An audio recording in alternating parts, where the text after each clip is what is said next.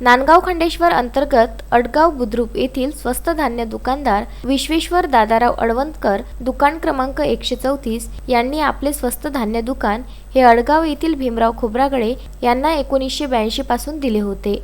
आजपर्यंत हे दुकान खोब्रागडे यांच्याच ताब्यात होते।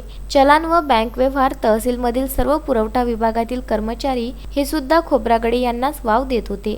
परंतु कोरोनासारख्या महाभयंकर आजारात धान्य वाटपाचे काम केले, त्याचा मोबदला शासनाकडून 16,000 रुपये आला असता ते खोब्रागडे यांना माहीत न करता स्वस्त धान्य दुकानदार यांनी पुरवठा निरीक्षक यांच्या मदतीने हडप केल्याचा आरोप भीमराव खोब्रागडे यांनी लेखी तक्रारीत केला आहे। तुमचं नाव काय? मी सौ संगीता सहदेवराव भस्मे, अडगाव बुद्रुक।